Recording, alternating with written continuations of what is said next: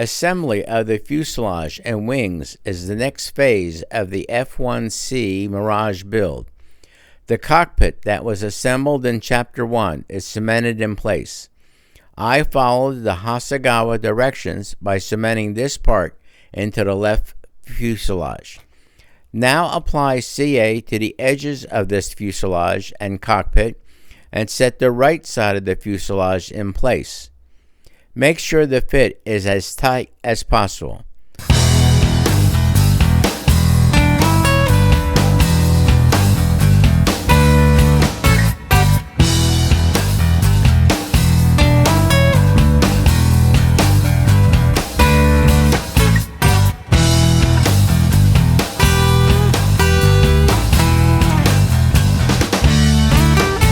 I am old-fashioned and use rubber bands to hold the halves together in the rounded area and clips on a flat section such as the tail.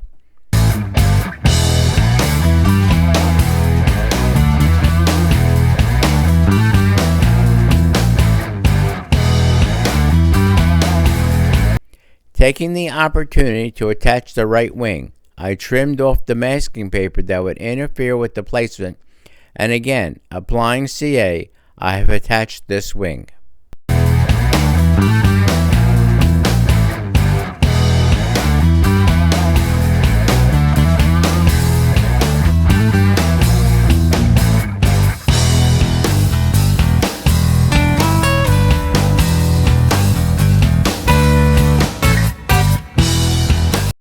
After removing the rubber bands and clips, you are now ready to cement the other wing and the stabilizers to the fuselage. Cut away any of the masking paper that is being used to protect the aluminum paint on the undersides of these parts that may interfere with the placement of those parts. I am using a 600 grit sanding sponge to remove the excess adhesive that squeezed out the top of the halves when we put them together. Since the forest green color will be painted over the top of a good portion of the fuselage anyway, any of the blue-gray that is removed during this sanding process will be covered over. I use a sanding sponge since it is flexible and can go over the top of the fuselage easily. I am using gloves since we have to apply many more colors to the fuselage and the nose. These are the engines and the air intakes. Test fit the engine pieces as they are made to fit only on certain sides. Attach these parts with CA. Now you're ready to attach the air intakes. This is also attached with CA. Set everything aside to cure.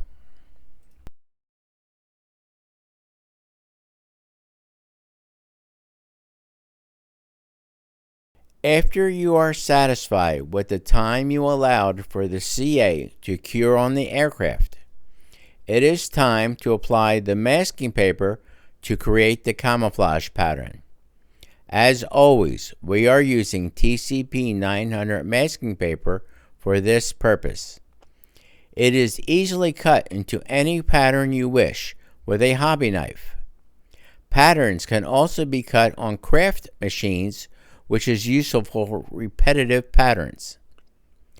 Following the pictures shown on the print scale decal instruction sheet, I pre-cut the pieces needed to make the correct camouflage pattern on the Mirage. I thoroughly washed my hands so as not to transfer any oils onto the surface of the model.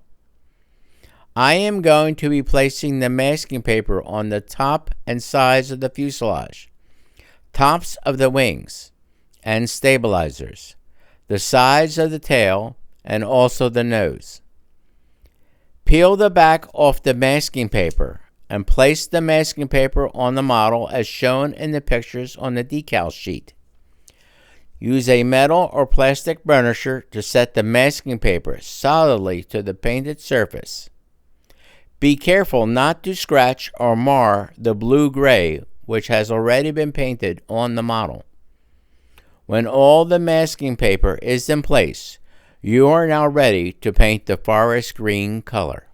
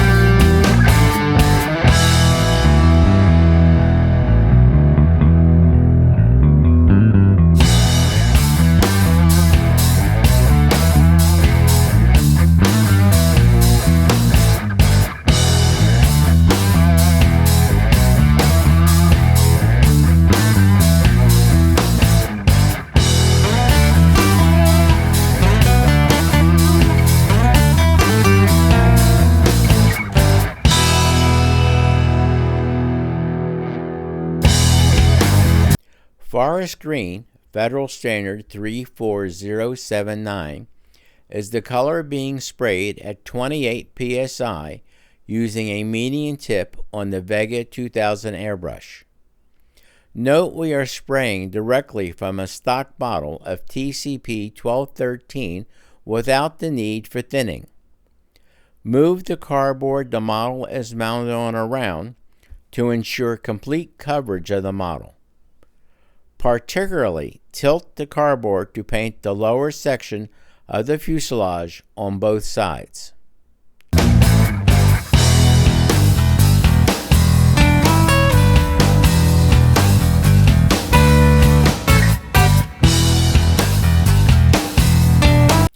After removing the masking paper off the nose, we are now applying masking paper on the fuselage up to the nose.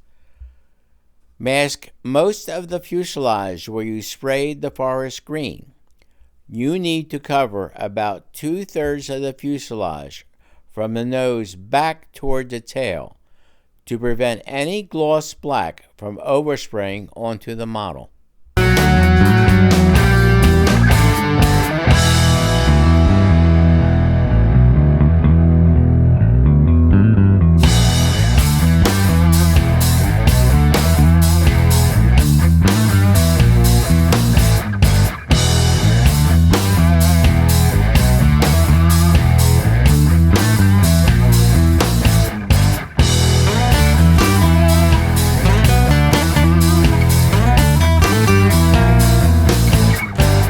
Spray TCP-900 gloss black on the nose. Make sure you spray around the entire nose to get coverage.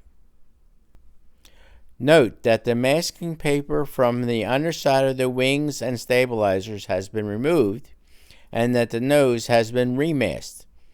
The last part of the fuselage painting is to spray TCP-013 aluminum onto the underside of the fuselage, and we are covering the wings and stabilizers again to ensure uniformity.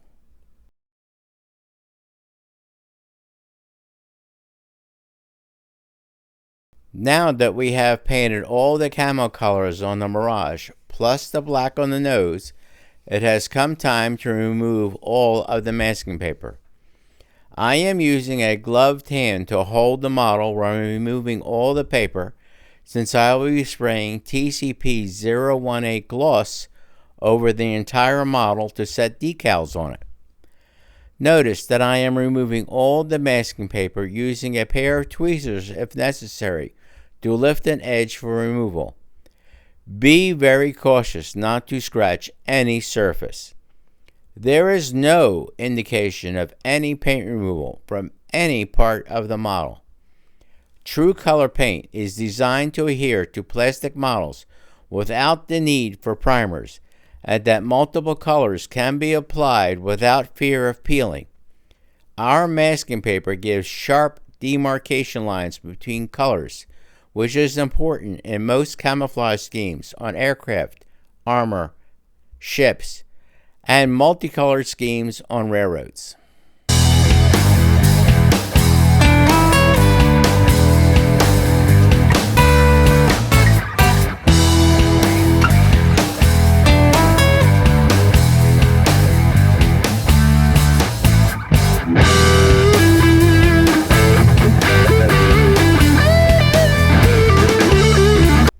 If you have any questions about techniques explored in this video, or general questions about this build, please post your questions in the comments section below.